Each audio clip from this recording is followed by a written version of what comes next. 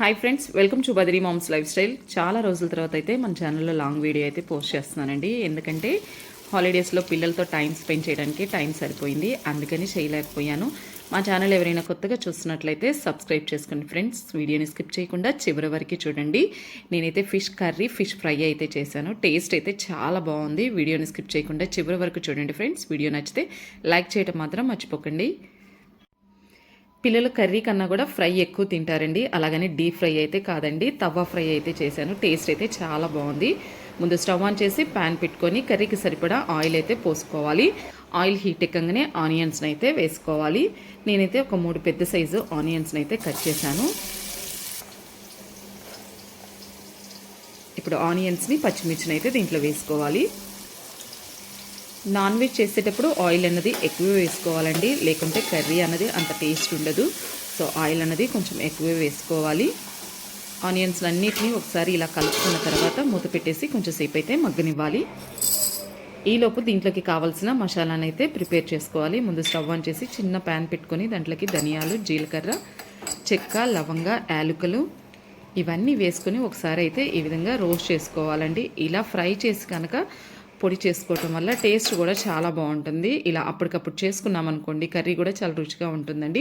తర్వాత దీంట్లోకి కొంచెం మెంతులు అండ్ గసగసాలు కూడా వేసుకొని ఇవంతా కొంచెం సేపు అయితే ఫ్రై చేసుకోవాలి.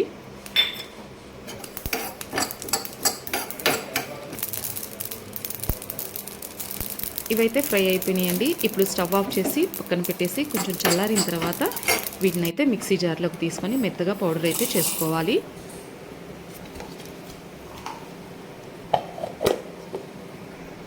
ఇలా మెత్తగా పౌడర్ అయిన తర్వాత ఇప్పుడు దీంట్లోకి అల్లం, వెల్లుల్లి, ఒక ఉల్లిపాయ కూడా వేసుకోవాలండి. ఇదంతా వేసి ఒకసారి దీన్ని కూడా మెత్తగా పేస్ట్ చేసుకోవాలి.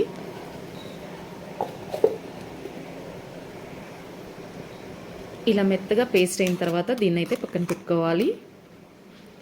ఇప్పుడు మూత ఓపెన్ చేసి ఒకసారి ఆనియన్స్ని అడగంటకుండా ఈ విధంగా కలుపుకోవాలి.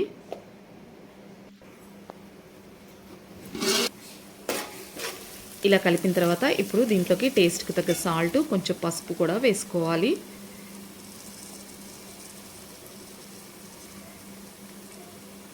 ఇప్పుడు ఒకసారి మళ్ళీ ఆనియన్స్ అన్నీ ఈ విధంగా బాగా కలుపుకోవాలి.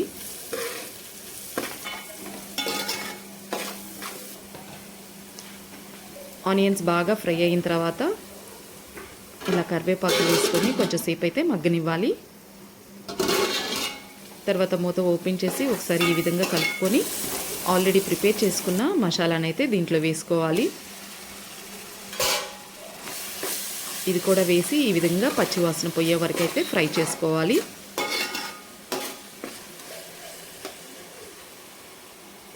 మసాలాను అంతటిని కూడా ఆయిల్లో బాగా మగ్గనివ్వాలి. మధ్యలో ఒకసారి మూత ఓపెన్ చేసుకుని ఈ విధంగా కలుపుకోవాలి. ఇలా కలిపిన తర్వాత కట్ చేసి పెట్టుకున్న టమాటాను కూడా వేసుకొని ఇప్పుడు కర్రీకి సరిపడా కారం కూడా వేసుకోవాలి.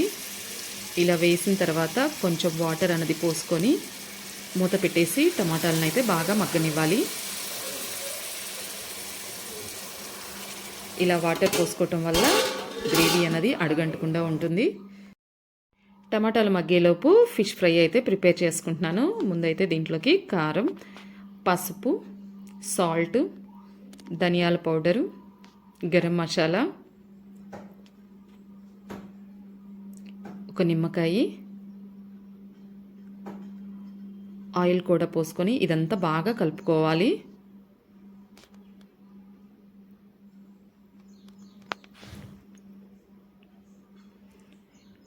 ఇలా కలిపిన తర్వాత ఈ మసాలాను అయితే ఫిష్కి అయితే బాగా అప్లై చేసుకోవాలి. ఇలా కనుక చేసి పెట్టారంటే పిల్లలు కూడా చాలా ఇష్టంగా తింటారు. సో కర్రీ కన్నా కూడా ఫ్రై అంటేనే పిల్లలు ఎక్కువగా ఇష్టంగా తింటారు. అలాగని చెప్పని డీప్ ఫ్రై కాకుండా ఇలా తవ్వ ఫ్రై కనుక చేశారంటే వాళ్ళు కూడా చాలా ఇష్టంగా తింటారు.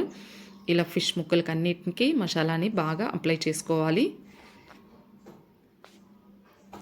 ఇలా అప్లై చేసిన తర్వాత ఒక 10 మినిట్స్ అయితే పక్కన పెట్టేసుకోవాలి. తర్వాత స్టవ్ ఆన్ చేసి ప్యాన్ పెట్టుకొని ఆయిల్ అయితే పోసుకోవాలి. ఆయిల్ హీట్ ఎక్కిన తర్వాత ఈ ఫిష్ ముక్కలను అయితే దీంట్లో వేసుకొని ఫ్రై చేసుకోవాలి.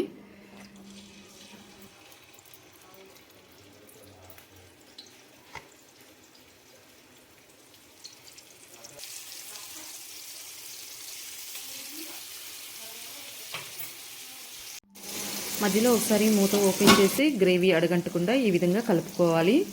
టమాటా అయితే బాగా ఉడికిపోయింది. ఇదంతా ఈ విధంగా కలుపుకోవాలి. ఇలా కలిపిన తర్వాత ఇప్పుడు ఫిష్ ముక్కలను అయితే దీంట్లో వేసుకోవాలి. ఇలా ఫిష్ ముక్కలు వేసిన తర్వాత ఒకసారి గ్రేవీ అంతా ముక్కలకి పట్టే వరకు బాగా కలుపుకోవాలి. తర్వాత అయితే గరిటె పెట్టి అయితే తిప్పకూడదు. ఇలా కలిపిన తర్వాత మూత పెట్టేసి ఒక 5 మినిట్స్ అయితే మగ్గనివ్వాలి.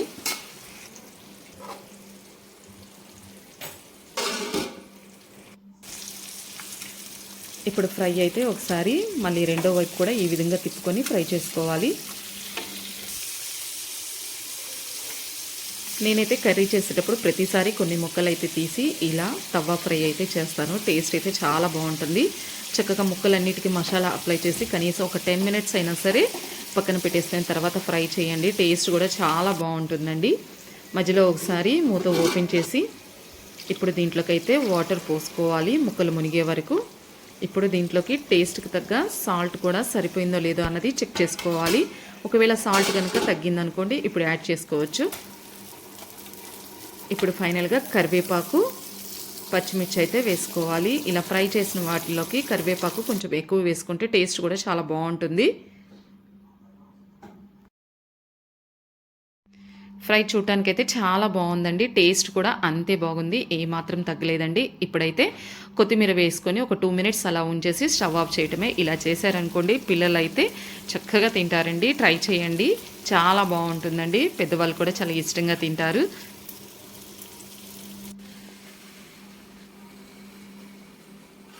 చూడండి ఎంత బాగుందో. ఒక్క ముక్క కూడా విరగలేదండి. అంత బాగా పర్ఫెక్ట్గా అయితే ఫ్రై వచ్చేసింది.